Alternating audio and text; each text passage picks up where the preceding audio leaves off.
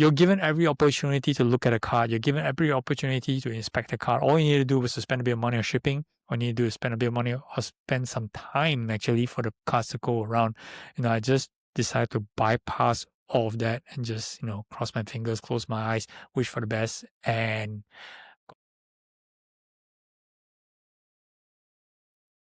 welcome, guys, to another episode of the Courtside Investor podcast. I'm your host, the Card Boss, and today I got a very interesting story to tell. But before I begin, I want to have a disclaimer. Okay, whatever strategy or method that I'm gonna share with you guys, I actually use and got the outcome that I got. Okay, I do not advocate this for everybody. I think that I attributed the outcome to 100% luck. Okay, but to me, it's a great story to tell, and I'm just gonna share with you guys. Okay, so this is for your entertainment purposes. Do not take this as a method or a strategy for you to invest, buy, and sell sports cards. All right. So a few months ago, I made a video about an Anthony Hardaway 1997 essential credentials that I bought from eBay for about $5,000. Okay, raw, and I sent it to Finesse Collect directly. Okay, without passing through my hands, going through for grading to PSA. Now, all I had to work with was looking at photos of the card, determined that it was worth grading. It had authenticity guarantee to make sure that it was legit. And I also went to Finesse Collect and using their grading service with PSA.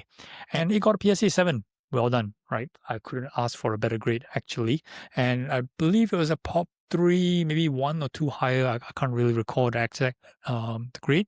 And it sold for close to about 6,000 plus, under $7,000, I think. And I made a couple of $1,000 from that particular transaction, although I did expect to make a bit higher because of such a low pop count on such an iconic insert.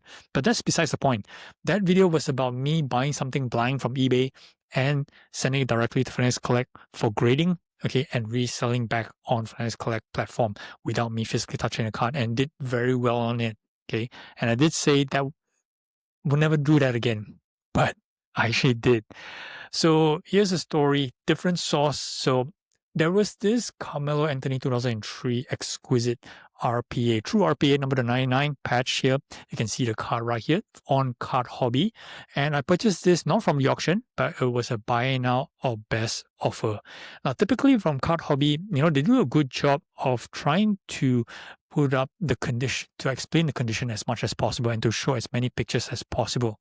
So when you see a listing that has more than 2 pictures, meaning the front or back, so they'll have, different angles, maybe the corners, maybe the surface, means they're trying to point out to you, the potential flaws. The photos itself may not be 100% clear. You may not be able to detect it, but perhaps, under a light or microscope, you may be, or magnifying glass, maybe you can actually see the actual flaw that you're referring to. But essentially, when a listing has multiple photos, means there's something wrong with the card, okay?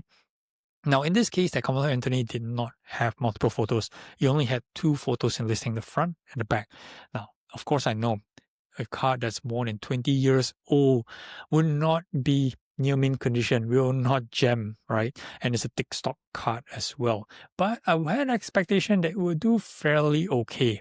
But here's the problem. This is Carmelo Anthony we're talking about. Typically, for any card that's this kind of high value, I know I wouldn't go into it. I wouldn't go for cards like Jordan, Kobe, LeBron, Steph, maybe Luka, okay, Anthony Edwards, some circumstances, or SGA. But Carmelo was a bit on the left field to me. But this was a special card. This was a 2003 exquisite true RPA, okay? And I had the opportunity to buy it for $5,400, okay? Was it a fair price to pay? I always think it's okay if you grade it out well. I did my homework on the comps and what I think they will grade. If it was a BGS 7 or PSA 6 or something like that, it will probably be around that 5,000 mark. So the downside wasn't too great, but definitely the upside was very favorable. So I closed the deal, right, $5,400, and have it shipped to Finesse Collect for grading. Now, on its way, I had to actually make a very big decision right there on the spot. Do I send it to PSA? Or do I send it to BGS? So with PSA, definitely, a card that's kind of high value, on an express, you get a faster turnaround. Maybe could get it back maybe within less than 2 months. But of course, higher grading fee, upcharge potentially, make it a bit expensive. So I've already got $5,400 invested in this card. So I didn't want to really put much more into it.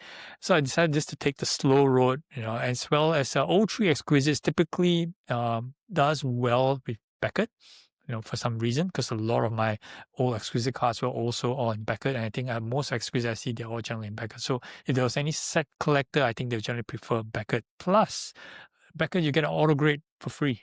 So if you're going to go through PSA, you got to pay extra for the auto grade.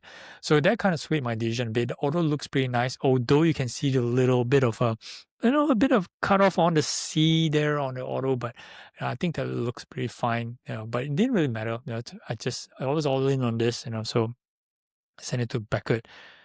It was a long wait. Okay, it was a long wait. It was almost 3.5 months for this card to finally grade and finally pop into a BGS 8 out of 10. So awesome result in my opinion, right? Again, I didn't touch the card. I only had 2 photos to base on. Bought a card from Card Hobby, have it shipped from China right into the US, and then send it to through Finesse Collect, send it for grading through Beckett, and now it got a BGS 8. So in my mind, BGS 8 was all right. I didn't really check what the comms was. I was automatically decided that I was gonna sell it right away. So the decision point was whether or not do I sell it on Finance Collect platform, or do I sell it on Alt, which I was now selling full-time on Alt. But the cost of the value of the card, and the cost of insurance and shipping, it's going to add another couple $100 on top just to ship out, to Alt. Didn't really feel that I wanted to do that, and I think that maybe Finesse Collect would just do as well, okay, on one of the weekly auctions. And exactly just what I did. I just hit the click, hit on sale, and then just cross my fingers, hopefully to make my money back. But lo and behold, final outcome on the sale closed for $8,700. Right, this is before fees, minus about $400 of fees. I was net about $8,300, which means that my net profit, after grading was slightly under $3,000 for this whole transaction, which is nuts.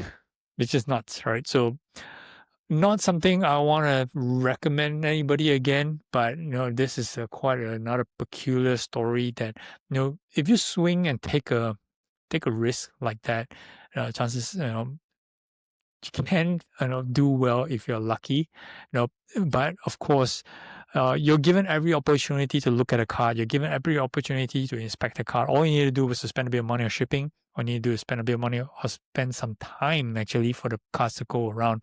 I just decided to bypass all of that and just cross my fingers, close my eyes, wish for the best, and got rewarded by it.